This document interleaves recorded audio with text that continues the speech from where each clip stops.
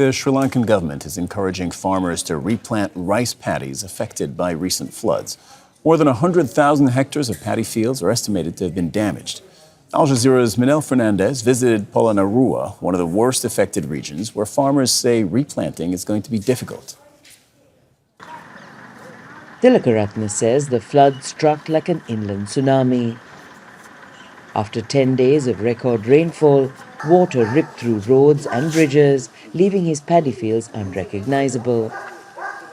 They are covered in sand and soil deposited by the floods, leaving no sign of his new paddy plants. We survive on this. We bring up our children and do everything from this income. If it's unavailable, we will hit rock bottom. We have no other income. 3/4 of the 620,000 hectares of rice paddies were affected by floods. Almost a fifth were damaged.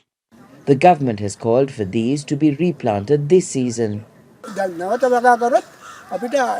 But farmers here in Polonnaruwa told Al Jazeera that replanting in such a short time frame is almost impossible.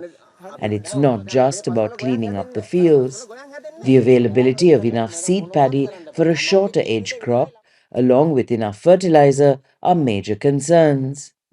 Rice is a staple of the Sri Lankan diet, eaten 3 times a day in some parts. So when the target of over 2.5 million tons next February falls by a potential 10 or 20%, experts say it can affect food security. Irrigation has also taken a massive hit. The Commissioner General of Essential Services says 1,800 tanks, 483 dams, and more than 1,900 canals have been damaged.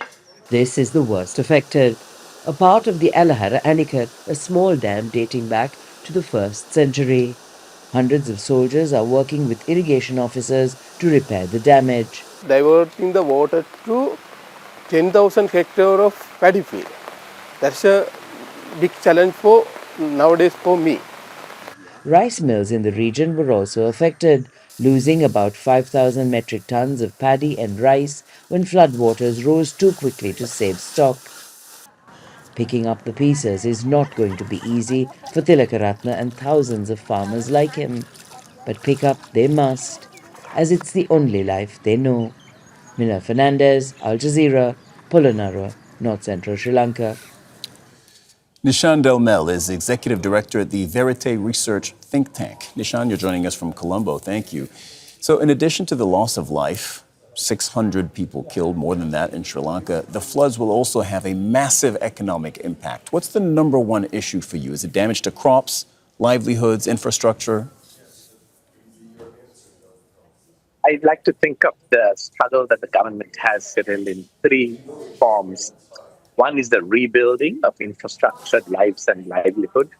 Second is the resourcing of that rebuild in a situation where Sri Lanka is just coming out of a debt crisis and is extremely constrained in terms of fiscal space. And thirdly, in terms of restructuring its systems and capabilities to respond to natural disasters which occur frequently and most severely in the country, with a response mechanism that is not quite fit for purpose for the country at the moment. When you say response mechanism, what do you mean by that? What would that look like if it were done well? If it was done well, Cyril, we would have much better capacity for getting information on specific areas that are going to be affected, better protocols for how and where people evacuate, and the capability within the bureaucracy to run rescue systems a great deal better than they're capable in right now. Vast areas of cropland have been destroyed, and our correspondent Minelle Fernandez showed us that. How long does it take to recover from something like that? When you have to start growing tea or rice again, how long does that take? So normally in Sri Lanka, the cultivation seasons occur in about 6-month cycles. So I would say that is the cycle for recovery, that we have to accept 4 to 6 months of loss in terms of significant parts of agriculture in affected areas, and accept that agriculture output will shrink. Of course, it is not a very large part of the GDP. So, in terms of GDP, the effect will be small, but in terms of lives and consequences to human settlements, yes, it is quite significant.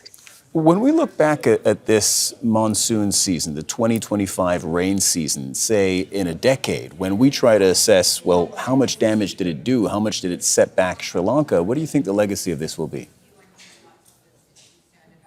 I think we don't, these are occurrences that, are unusual, so we can't go back to old times. But if you take the Sri Lankan tsunami, which was the larger catastrophe that Sri Lanka experienced in 2004, what we found is that the impact on GDP was small, much smaller than the impact on lives and the consequences that people really felt, simply because the rebuilding itself then becomes a part of revitalizing production and capacity. But industries that will take a setback, agriculture will take a setback, but reconstruction and construction will, of course, increase to compensate. So overall, we don't see this as a big reversal to the GDP numbers, but I think we must get beyond the numbers and understand that human lives are significantly affected. Nishan Delmel, Executive Director at the Verite Research Think Tank. Thank you very much for joining us on Al Jazeera. Thank you so much. Don't miss out. Get the full picture. Subscribe to Al Jazeera for reliable news, expert insight. Like, share, stay ahead.